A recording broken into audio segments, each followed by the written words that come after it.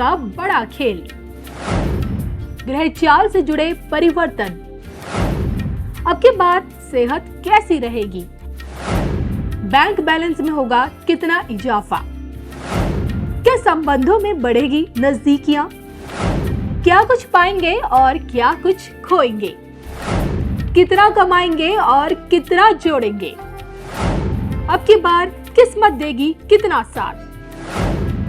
अगस्त के 31 दिनों का भविष्यफल देखिए सिर्फ धर्म ज्ञान पर। नमस्कार, धर्म ज्ञान के स्टूडियो से मैं हूं आपके साथ कविता राणा। मेरे साथ मौजूद है आचार्य मयंक शर्मा जी। मयंक जी, स्वागत है आपका। धन्यवाद कविता जी। सभी दर्शकों को सादर नमस्कार। एक बार फिर हम आप लोगों के लिए लेकर आए, क्या कहता है आपका अगस्त माह का मासिक राशिफल 2023। आज के इस वीडियो में बात हो रही है हमारी अंतिम राशि यानी कि मीन राशि, मीन लगन वाले लोगों के बारे में।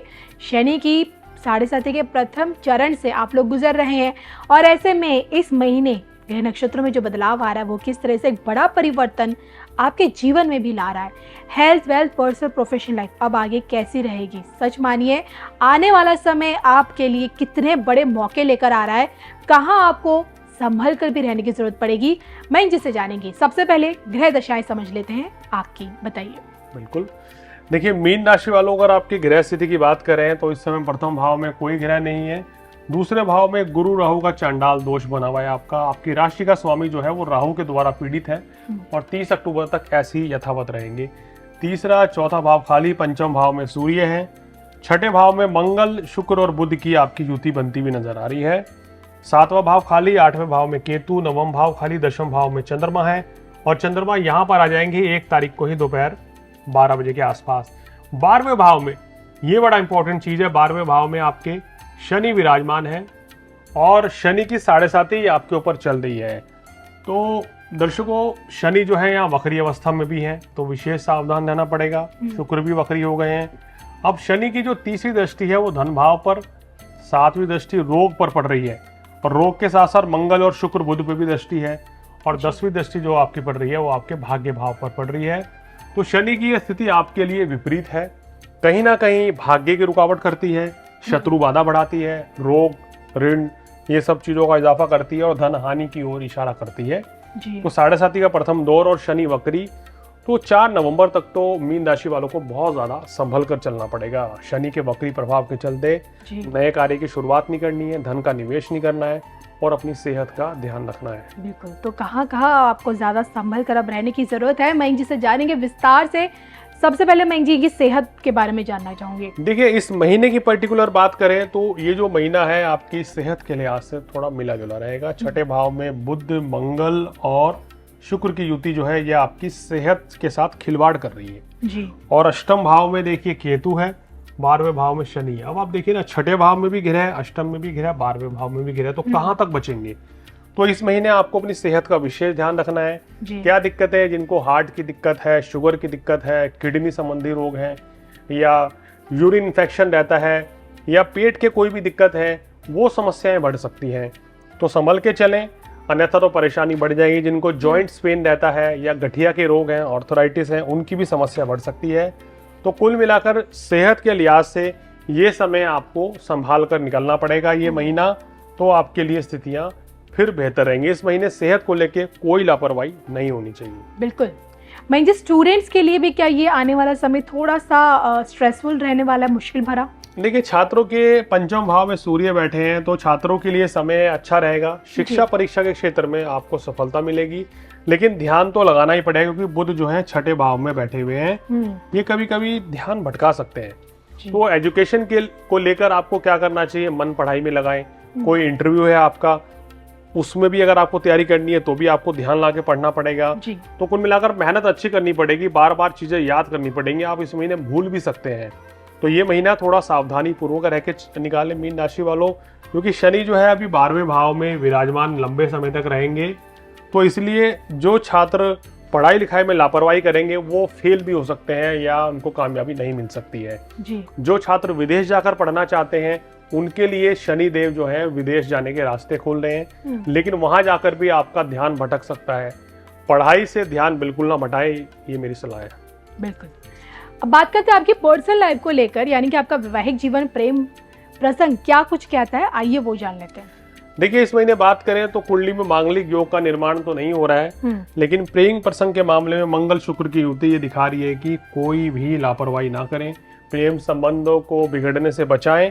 खासकर 15 अगस्त तक, क्योंकि सूर्य भी यहाँ रहेंगे, कोई ना कोई गलतफहमी पैदा हो सकती है आपके पार्टनर के बीच में। उस चीज़ से आपको बचना चाहिए, तो स्थिति आपके लिए बेहतर रहेगी। अन्यथा तो स्थितियाँ आपके लिए वैसे सामान्य रहेंगी, क्योंकि कोई मांगलिक दोष भी नहीं बन रहा है और आपके सप्तम भाव पर या कोई भी अशुभ ग्रह की दृष्टि भी नहीं पड़ रही है, ना कोई यहाँ ग्रह अभी तक आके बैठा है। तो इसलिए छोटी मोटी तकरार से बचना होगा। उसके अलावा प्रेम संबंधों और वैवाहिक जीवन हो, कोई बड़ी परेशानी यहाँ नहीं रहने वाली है। मैं ये संतान प्राप्ति को लेकर मैं जानना चाहूंगी इनके लिए। देखिए, संतान प्राप्ति में अभी कुछ समय है, क्योंकि गुरु राहु के साथ बैठा है, तो कंसीव करने से बचना चाहिए। और पंचम भाव में सूर्य भी है, जो कि गर्भपात भी करा सकता है। तो अभी ये समय नहीं है, इस महीने इस प्रयास से बचें और अपनी कुंडली का विश्लेषण करा के ही संतान के गर्भ धारण के लिए आप प्लानिंग करेंगे, क्योंकि कुंडली देखना बहुत जरूरी है। ये तो केवल एक गोचरीय विधि के आधार पे हम आपको चंद्र राशि के आधार पर हम आपको बताते हैं। तो देखिए, अगर आप अपने बारे में पूरी सटीक ज्योतिष गणना के आधार पर अपने बारे में, अपने भविष्य के बारे में जानना चाहते हैं, तो व्यक्तिगत कुंडली का ही विश्लेषण आपको सही जानकारी और उचित जानकारी दे सकता है, जो आप मयंक जी से करवा सकते हैं। बात करते हैं आपकी प्रोफेशनल लाइफ को लेकर, तो काम कारोबारियों के लिए, नौकरी पेशा वाले लोगों के लिए आने वाला समय उनके काम के लिहाज से, उनकी तरक्की के लिहाज से कैसा रहेगा?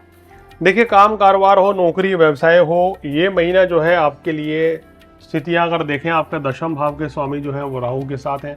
थोड़ी परेशानियां तो रहेंगी, लेकिन कार्य आपके सारे पूरे होंगे। नौकरी व्यवसाय में भी सफलता मिलेगी, लेकिन अभी आपको नौकरी में परिवर्तन करने से बचना चाहिए इस माह में खासकर।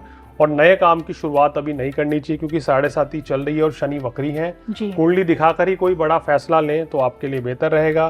काम धंधे में स्थितियां आपकी सामान्य रहेंगी। सामान्य धन लाभ के योग आपके बनते हुए नजर आ रहे हैं, क्योंकि गुरु धन भाव में बैठे हैं, तो धन लाभ के योग तो अच्छे बनेंगे। परिवर्तन के बारे में मयंक जी?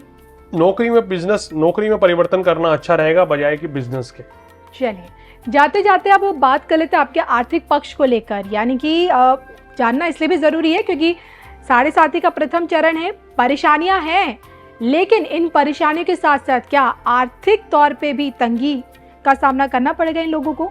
देखिए, अगर आर्थिक पक्ष की बात करें इनका, तो आर्थिक पक्ष की तरफ से इस महीने कोई परेशानी नहीं रहेगी। चलो, राहत की बात है। ये राहत की बात है आपके लिए। पैसा आपको इस महीने मिलता रहेगा, भले वो रुक रुक के मिले, लेकिन संपूर्ण मास में धन लाभ के योग बनेंगे। कोई बड़ी समस्या, कोई बड़ा संकट नहीं रहता हुआ नजर आ रहा है, ये आपके लिए प्लस पॉइंट है।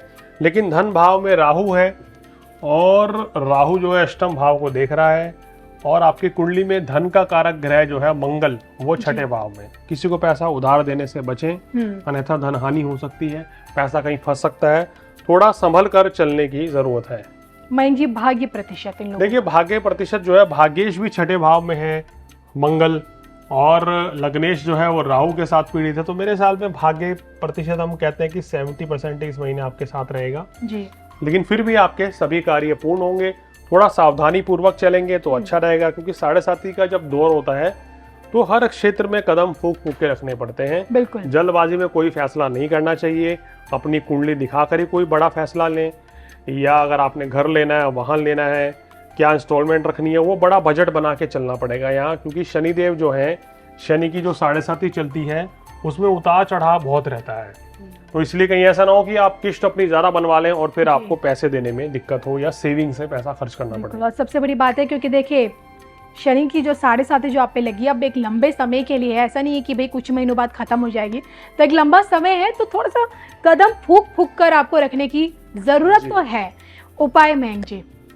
देखिए, उपाय के तौर पर यहाँ क्या करें? सबसे पहले तो हनुमान चालीसा का पाठ करें, अपने घर पर सुंदरकांड का पाठ कराएं, और कुछ लोगों को भी बुलाएं और उनको हनुमान जी का प्रसाद बांटें, बूंदी के लड्डू, और उनको नाश्ता कराएं या खाना खिलाएं, तो विशेष लाभ मिलेगा जी। और शनिवार के दिन शनिदेव को 5 बादाम शनि मूर्ति पे चढ़ाएं, तो भी लाभ मिलेगा। और हल्दी और केसर का टीका नियमित रूप से माथे पर लगाने से आपको कष्टों से मुक्ति मिल जाएगी। तो ये थे मिस्टर मयंक जी, जिनसे मैंने जाना कि अगस्त का महीना मीन राशि, मीन लगन वाले लोगों के लिए कैसा रहेगा। अगली बार फिर मिलेंगे हम सितंबर माह के मासिक राशिफल के साथ। आपको बताएंगे 12 राशियों का राशिफल क्या कहता है, वो भी सितंबर माह का। तब तक के लिए मुझे और मयंक जी को धन ज्ञान के इस स्टूडियो से हम दोनों को दीजिए इजाजत। नमस्कार।